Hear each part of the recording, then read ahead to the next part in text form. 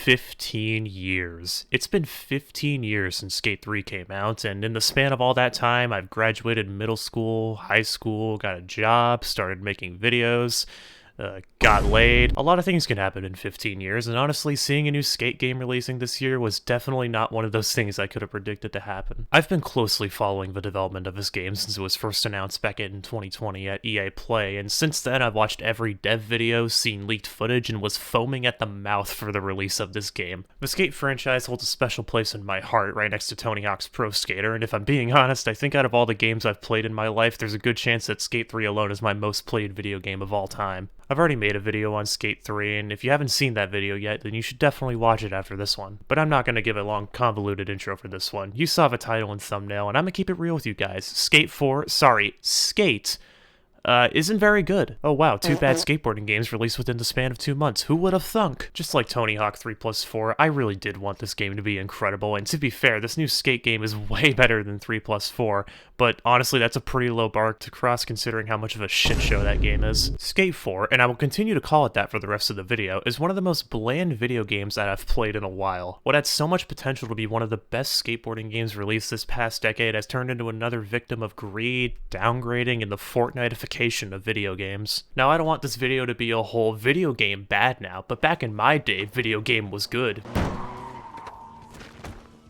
video, because there's enough of those kinds of bullshit videos on this website that you can watch, and despite what I'm going to actually say in this video, I kinda like this game. Sure, it's a complete downgrade compared to even Skate 1 in some aspects, but all in all, the game is fun. But just because something is fun doesn't necessarily mean that it's good, and I don't want to shit on anyone's parade here. If you're enjoying this game, then that's great, but I still want to tell you my opinion on why I don't particularly like this game. I mean, that's why you clicked on this video after all. So let's do that now, shall we? Now, I know I said I wasn't going to do a convoluted intro to this one like 20 seconds ago, but I at least think it's important to tell you my history with the series as quickly as I possibly can. Skate 3 was the first game I played in the series back in 2013 when I got it for my birthday, and let me tell you, ever since that fateful day, I have been no joke playing this game on and off for the past 12 years, and in that period, I worked my way backwards in the series and played Skate 2, and then Skate 1, and absolutely fell in love with all of them. You earned a bronze medal! While objectively Skate 2 is probably the best in the series, and Skate 1 is just kinda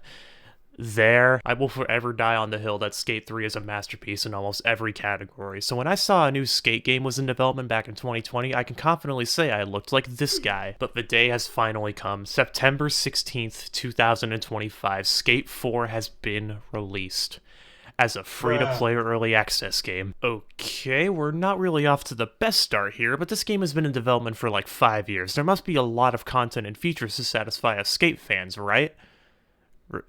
Right? Now, 5 years is a long time for developing a game. Hell, the first Skate game was developed in the span of around 2 years. So what kind of content and challenges can you do in this game? Well, I'm glad you asked, gamers, because you want to know what you do in this game 99% of the time? You do the same 4 challenge types over and over and over and over and over again until you get bored and fucking quit. You have line challenges, stunt challenges, session challenges, and own the spots that aren't actually own the spots. That is all. There's no games of Skate to play, 1-up, contests, photo or video challenges, death races, own the lots, pro challenges. Nothing. Now, you do get stunt challenges, but it feels like a cheap knockoff of the Hall of Meat challenges in Skate 3 because there's no Thrasher or Hall of Meat branding anywhere. You can't see any bones you've broken in real time, or even get a rundown of the bones you've broken with a score. You just fall down in rigor mortis with no flair or personality at all. Now, to be fair, Hall of Meat has always been the weakest kind of challenges in my opinion. Not saying that they're bad, far from it, but I do prefer the actual skateboarding in the game, seeing how this is, you know, a skateboarding video game, but it's still a shame that it's just neutered and downgraded like this, which is really fucking funny because in every single piece of marketing that EA shits out, they like to say that this game is an evolution of the franchise. I want you to keep these words in mind for the rest of the video because calling this game an evolution is like calling Madden the pinnacle of video games. Now, let's talk about the elephant in the room that I'm sure you spotted as soon as you clicked on this video. The art style. It's very bad. Now, I would say I have no idea what they were thinking making it look like a video game that a parent would let their kids play on the Xbox while they smoke meth in their Lazy Boy. But that's actually exactly why they made it look like this. The first 3 skate games were, you guessed it, skateboarding games for skateboarders, and it shows in its art style. The art style was gritty, realistic, and fit the game and skateboarding culture perfectly. But Skate 4 doesn't have that. It feels soulless, corporate, and uninspired. EA wants this game to be made for everyone, so in turn, it needs to look and play like Fortnite, otherwise the kiddies ain't gonna play it and use their mom's credit card for skate points. Even though that's never what the Skate franchise was trying to do. It just wanted to be a simulation skateboard game with its own ideas and passion. Hell, the reason why we still talk about these games today is because they were good and were genuinely made with care. But seeing the art style in the game look like this is already a turnoff for most people, including myself, because if a game looks soulless, then 99% of the time it is soulless, especially if previous games in the franchise looked just fine and didn't need changing at all. Now I'm sure some of you might be thinking, well, bussy, just because it looks like ass doesn't mean it plays like ass too. And to that I'd say, I mean, yeah, you're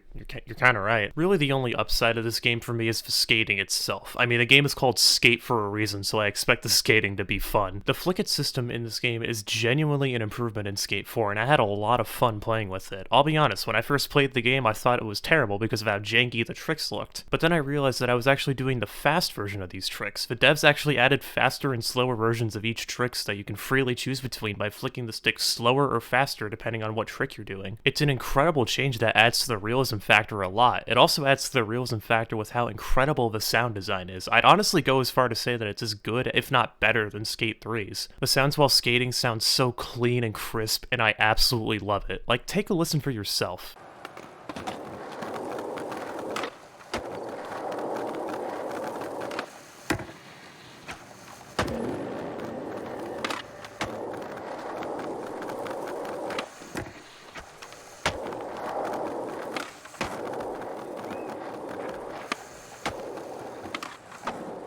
Now, the skating and sound effects are really good, but in order for the game to be complete, we're gonna need some missions to use our skating skills in. Now, I mentioned at the beginning of the video that there's only 4 challenge types, and while those get boring incredibly quickly, maybe the actual story missions are better. Now, let's go back to the previous skate games to get a grasp on what might be in this evolution of the franchise. The missions in these older games are full of charm and are really fun to play. Most of the time. And to add on to this, the missions you do actually serve a point in the game itself. In Skate 1, you're trying to work your way up the ranks in the skate world to eventually get on the cover of Thrasher and become an icon. In Skate 2, you're trying to redeem yourself after going to prison and proving that you still got it in you after serving your time. And in Skate 3, you're starting your own board company and completing challenges to eventually reach 1 million board sales. All 3 of these games give you an excuse to skateboard in a digital world while also being not too far-fetched from what the story of real skateboarders have to go through as well. And the missions that you give you an even bigger incentive to complete the story and prove yourself due to how challenging and fun they are. These missions are full of rich and fulfilling gameplay moments like competing in real skate competitions like Goofy vs. Regular and the fucking X Games, or even doing photo and video challenges all over the map. Like, we all remember Sign of the Grinds and Dozer Grind from Skate 3 because of how hard they were to complete and how fulfilling they were once we did. Not to mention how unique each challenge is compared to one another in each game. But what kind of missions are there in Skate 4? Surely the story will be great, right? Well, you want to know what you do in all these missions and what the end goal is? Tutorials! No, I'm not kidding you. The entire gameplay formula is just tutorials and telling you how to play the game you most likely already know how to play in the first place, and all the missions feel the exact same with no variety. You're either following some blue line across the map telling you where to go, collecting random shit like we're playing fucking Tony Hawk, or just doing tricks the game tells you to do. And honestly, it wouldn't even be the worst thing in the world if you weren't getting talked to like you're 4 years old by your AI companion V. There it is, your very own board. Your key to the city. The most important tool for your time in San Van. Blasting airs feels good, doesn't it? At least, that's what my research indicates. Wavy rides are the best. Computerized tour is complete. I cannot believe how much you have shown me. Victim, friend, found. I am not kidding you when I say that this is the worst character I have ever had to listen to in any video game. She sounds so fucking corporate and fake, and to make matters worse, every character talks to you like this. Plop down the kicker in the right spot when you're ready. Records are made to be broken. Might be wondering if you've been here before. You have. Sweet. Congratulations on your upgraded rip. Next leg of the tour is about advanced flip tricks. Make it stop, please. Just make it stop. I don't want to do this. Stop. Just stop. Now, I know this word gets used a lot on the internet, but there's no other way to describe it. This is cringe. Stop it. Get some help. Do you remember back in Skate 1 and 2 where Reto would give some of his commentary as he skated around? Sure, most people found him annoying, and it's fine to have that opinion, but I would much rather take this... Aye! Hella fast! Yo, there's a qualifier to get into the King of the Mountain races? We definitely gotta check that out. Oh, you wanna go this route and just jump right into it? Alright, let's see what you got. Over this. And it also sucks too because there's no pro skaters here at all. There's no actual attachment here to pro skating. It feels like a joke. You do get returning characters in Slappy and Shingo, but they're completely different from how they were and act in the previous games, making them feel like nothing but a shitty attempt at fan service. But enough about the characters. Who even needs them? This is a skate game, and what's a skate game without a fun world to skate around in? In Skate 1 and 2, you had San Vanalona, a combination of San Francisco, Vancouver, and Barcelona. Shout out to all the 75 people who watch my videos from Spain. And in Skate 3, you skated in Port Carverton. All three of the game worlds feel like a real place you'd see people skating and living their lives in. There's hills to ride down, unique structures around the city to grind, and secrets to find around every corner. Each part of the world in each game feels incredibly unique with different types of areas to see and explore. In Skate 1, you have the Community Center, Art Gallery, Old Town, and Regs. In Skate 2, you have Cougar Mountain, the Boneyard, GED High, and Matrix Plaza. And in Skate 3, you have Park and Play, the Dam, the Quarry, Hartley Stadium, and of course the ever-iconic Megapark. So what does Skate 4 have to offer in its map? Surely after 5 years the team could have cooked up something incredible, right? Well, in Skate 4 you don't have any dams, megaparks, or mountains, but you do have a city, and more city, and more city, and more city. Yeah, this map is fucking dog shit and bland. The only thing to skate in San Vansterdam, very creative with the name by the way, is a city. And nothing else. There's no massive hills to ride down, no dams, spillways, megaparks, interesting plazas, or anything that isn't just something you'd find in a normal city. And yeah, sure, Skate 1's map was also just a city, but it actually had variety with suburbs, parks, and hills to skate around in. In Skate 4, the world feels flat, boring, and bland, and the art style doesn't help its case either. The map has 4 districts, but every location just blends into one another, and it feels like the exact same place you already just skated in. There were really only 2 locations that even stood out to me, that being the Orb and that one ocean-themed skate park I already forgot the name of. There's barely any interaction you can do with the world either. You can't move objects already in the game world or delete them to make a spot better, and the online aspect of the world feels half-baked and barely even exists at all. I forgot to mention this, but the game is always online, and the other people skating around are other players. On paper, this sounds like a great idea, and honestly, it is a great idea. It's just too bad EA doesn't know what to do with it. There's basically 0 to no interaction you can do with other players in the world. There's no voice chat, text chat, or any form of communication other than these Club Penguin-ass pre-written responses and emojis. You can join parties, but there's barely any reason to do this at all except for playing co-op challenges, which is not as exciting as it sounds, might I add. And when another player is doing a challenge, they won't even be able to see the other players in the world. A way too late sequel to a skateboarding game with phoned-in online mechanics that don't benefit the game at all. Where have I heard that one before? Oh yeah, and with this game being always online, it comes with all those beautiful benefits. You can't play offline at all, even though the game doesn't even justify itself being always online in the first place. If you don't have a consistent internet connection for even a millisecond, the game will kick you, and my personal favorite feature is wait queues that can go up to a fucking hour. Oh, I'm gonna queue now. 926,000 position? What? 1 hour wait time. Yeah, how dare you try and play our game without express consent from our technician, Jerry. Like, I want you to imagine for a second you're trying to play Skate 3 and the game forced you to wait for an hour before you could even play. People would riot, but because this is a free-to-play early access game, we just gotta leave the multi-billion-dollar company alone. Well, let me tell you a little secret from EA in the back corner over there. I actually know why this game is always online. It's not because of some grand vision or any good game design reason. It's actually for the microtransactions, baby! Do you want to spend $5 on a pair of shoes you could get for free in the older games? Do you like spending $50 on some shirts reminding you of some better games you could be playing? Do you also love grinding for 20 hours just getting some black sweatpants that incentivize you just to buy them in the store?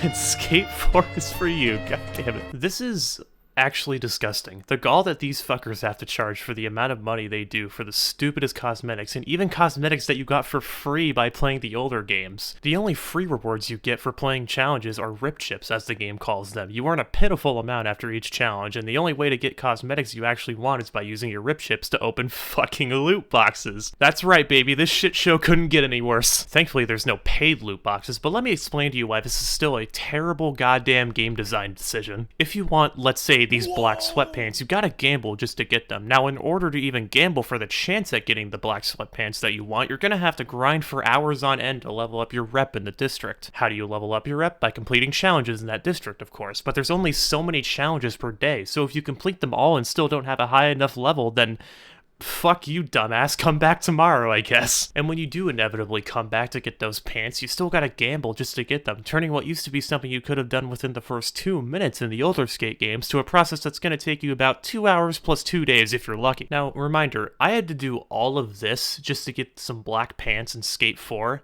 but in Skate 2, all I had to do was this. Look at that evolution, my guys. Can you smell it all in the air? Doesn't it smell so beautiful, like green money? Or, you know, you could just, you could just buy the pants in the shop with real money. This right here is why the game was made. This game wasn't made for fans of skate or skateboarding as a whole. It was made for gullible adults and the 7-year-olds who watched Skate 3 Funny Moments videos growing up. And as we all know, kids and gullible adults purchasing microtransactions in games make a metric fuck ton of money. Skate 4 is something that everyone has been wishing for forever, and now in 2025, EA thinks it's the perfect time to release this soulless skateboarding-themed Fortnite clone. Also, the children who grew up only playing and were watching Skate 3 videos can play and be exploited by this game. Call it a tinfoil hat conspiracy theory from me all you want, but let's be honest here.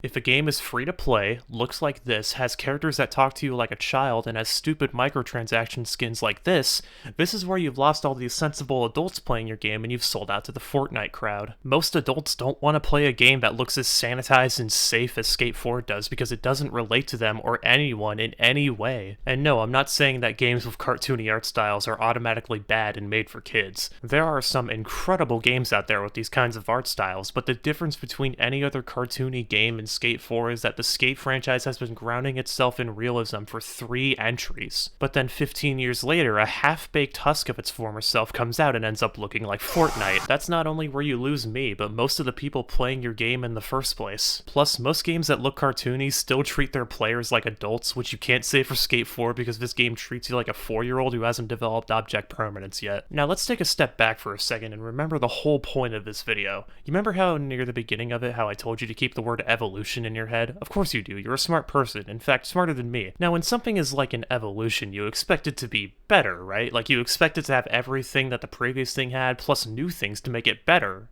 right? Well, let me tell you all another dirty little secret that EA doesn't want you to know. Skate 4 is not an evolution of the franchise. In fact, it has more similarities to a baby Pokemon, if anything. So you're telling me that Skate 2 released in 2009 and had sketching on cars, hand plant variations, finger flips, keyframes in the replay editor, and a year later in Skate 3 we had dark slides and underflips? Well, in Skate 4, none of that exists. Yeah, you heard me right. This quote-unquote evolution of the franchise doesn't even have features from the previous games in the series. But Burbis, they're gonna add all these things in an update next year. Yeah, sorry buddy, but if I have to wait a year just to get basic features that even the first game had, that's when I can confidently say that this game is just a fucking sham designed to make money from gullible children and isn't worth anyone's time. Sure, I know, a year down the line they may add dark slides, keyframes, sketching, and more emotes that cost $7. But I'm not gonna sit and wait for this game to be eventually finished someday in the future to figure out that. You can cry and shout that your game is in early access and unfinished all you want, but if it doesn't have any worthwhile content at launch, then I'm not gonna waste my time playing it. Even other games that were or still are in early access have way more features and content than Skate 4 at release. EA is using the early access and free-to-play live service models because they don't actually believe in this project enough to give it the time and money it needs for a full release in an actual game, let alone a sequel to Skate 3. And honestly, that's just kind of really sad. EA has a track record of just shutting things down if they don't work, and Skate 4 is just eventually going to be another victim of this. We've been waiting for this game for the past 15 years, and instead of getting Skate 4, we got a game that feels more like a shitty 18-year-too-late reboot of Skate 1. And there you have it. Don't bother playing this game because it's not worth your time. Even if its skating is solid, you already have 3 other games in the franchise you could play instead of this one, because the other skate games actually care about your time as a player and are feature-rich with content. I understand that most of us who've played all these games will continue to be hungry for more actual skate games, but if you've never played Skate 1, 2, or even 3, I highly recommend you just buy those games instead of wasting your time with this free-to-play asswipe of a product. Sure, this brand new skate game may be free to play and you may not have the money to purchase one of the older ones, but trust me when I say that in the long run you'll most likely end up spending some money on this game, and when the servers eventually shut down, then that money is just going to go down the drain with it with this game. Or you could just spend $20 on a game that you'll most likely enjoy more, and you can, guess what, holy shit, play it offline and keep it forever? What a fucking revolution this is. There's also other ways of playing these games for free, but I don't know how you would do that, actually. Or hell, if you're like me and you've already played this series for God knows how long, 2025 has been an incredible year for gaming, and there are plenty of games you can experience right now that'll more than satisfy your gamer gene. And with all this being said, my name is Burbus, and thank you for watching.